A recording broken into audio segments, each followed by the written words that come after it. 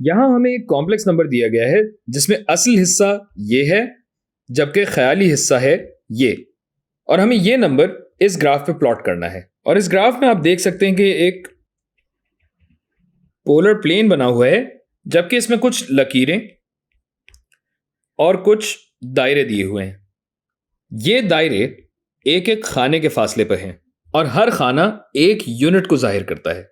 यानी सबसे छोटे दायरे का निस्फ कतर या रेडियस 1 यूनिट है, उससे बड़े का रेडियस 2 यूनिट और उससे भी बड़े का रेडियस 3 यूनिट, और इस तरह निस्फ कतर या रेडियस बढ़ता चला जाता है। जबकि ये लकीरें जाविये या एंगल को जाहिर करती हैं, और ये लकीरें इस 90 डिग्री को 6 हिस्सों में तकसीम करती हैं। यानी हर लकीर आपस में 90/6 यानी 15 डिग्री बनाती है। वैसे तो जाहिर है प्रोट्रैक्टर या डी की मदद से हम कोई भी एंगल बना सकते हैं, मगर 15 डिग्री के हिस्सों से यूं फायदा होता है कि सबसे ज्यादा इस्तेमाल होने वाले एंगल 30, 45, 60 डिग्री या उनके मल्टीपल्स होते हैं, जो कि सब 15 डिग्री के मल्टीपल हैं। मसलन मुझे अगर 4 यूनिट के रेडियस पर 180 डिग्री जाना है तो ओरिजिन से 4 खाने के फासले पर जो दायरा बनता है उस पे मैं 180 डिग्री चला जाऊंगा। अब हम वापस सवाल की जानिब आते हैं जिसमें हमें पोलर फॉर्म में कॉम्प्लेक्स नंबर दिया हुआ है, जिसे वैसे तो हम शायद प्लॉट कर सकें, लेकिन इसकी ताकत 20 है जिसे प्लॉट करना मुश्किल हो जाएगा। पर जाहिर है ये नामुमकिन नहीं है। अगर हम यहां आगाए ऑयलर का नुस्खा या ऑयलर्स फॉर्मूला लगाएं, जिसके तहत z अगर इस शक्ल में दिया हुआ हो r cos थीटा जमा i साइन थीटा, तो यह बन जाता है r e जिसकी ताकत है i थीटा। थोड़ा सा जगह बना लें।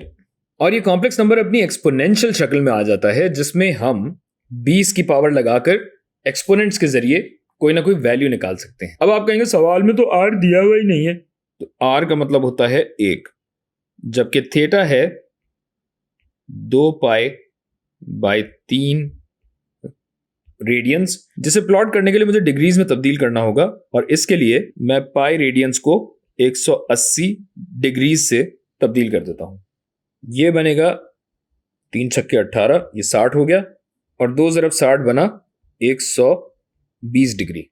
रेडियस 1 होने का मतलब है कि ये इस दायरे पे कहीं बनेगा, और ये दिखाने के लिए मैं थोड़ा सा इसको जूम कर देता हूं। अब 120 डिग्रीज का मतलब है ये अगर मैंने 0 से स्टार्ट किया तो 15, 30, 45, 60, 75, 90, 90 जमा 15 105, 105 जमा 15 120, यानी इस रुख पे या इस समत में मेरा कॉम्प्लेक्स नंबर बनेगा 1 यूनिट पे यहां, और ये z बगैर किसी पावर के है। अच्छा, और इस सब को इस्तेमाल करते हुए अगर हम z को एक्सपोनेंशियल शक्ल में लिखें तो ये बनेगा e की ताकत i 2π/3, जो कि हमने यहां पे बना लिया, मगर हमें z नहीं बनाना, हमें तो z की पावर 20 बनानी है। यानी ये भी हो जाएगा पावर 20, यानी e की ताकत i 40π/3। अब या तो हम ये कर सकते हैं कि 120 डिग्री के 20 चक्कर एक एक करके गिन लें,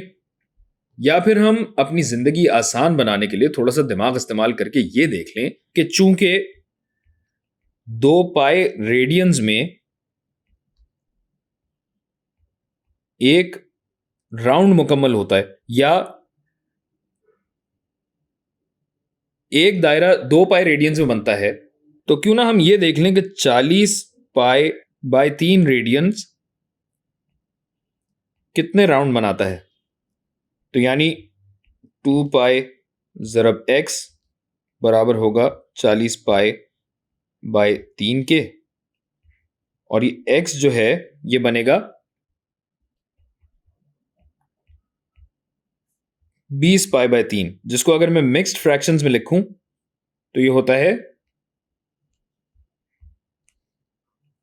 6 होल 2/3 राउंड्स,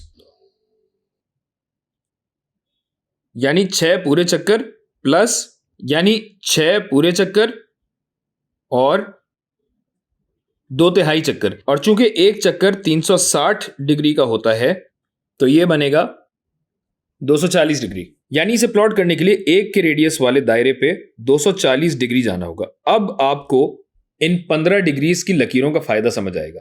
हमें 180 डिग्रीज तक तो पता है, तो ये जो 240 है इसका मतलब हुआ 180 जमा 60 डिग्री, और अगर 60 को मैं 15 पे तकसीम कर दूं तो आता है 4, यानी 180 डिग्री जो कि ये रहा, प्लस 4 लकीरें, 1 2 3 और 4, यानी z की पावर 20 बनेगा यहां।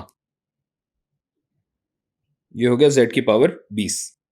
अब दिलचस्प बात यह है कि अगर मैं z की पावर 20 की जगह लूं z की पावर 2, तो ये बनेगा e की पावर i 2 पाई बटा 3 ज़रब 2, यानी e की ताकत i 4 पाई बटा 3, और 4 पाई बटा 3 रेडियंस बनेगा ज़रब 180 डिग्री जो कि आता है 240 डिग्री, यानी z स्क्वायर भी वहीं बनेगा जहां z की पावर 20। पूछो क्यों? तो इसका जवाब ट्रिग्नोमेट्री में है। साइन और कोसाइन दरअसल साइक्लिक फंक्शंस होते हैं, यानी हर 360 डिग्रीज के बाद दोबारा चक्कर लगता है, यानी z की पावर 2 और z की पावर 20 बराबर हैं, बस अगर गोल गोल घूमा जाए तो z की पावर 2 पहले आएगा और z की पावर 20 बहुत बाद में आएगा। z की पावर 2 से अगर गिन रहे तो 18 चक्कर बाद। अच्छा, अब अगर मैं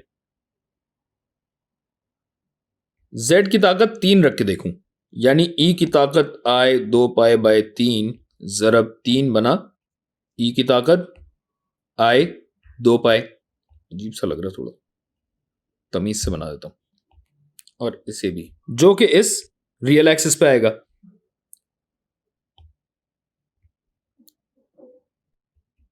तो अब यहां हमें एक तरतीब बनती नजर आती है।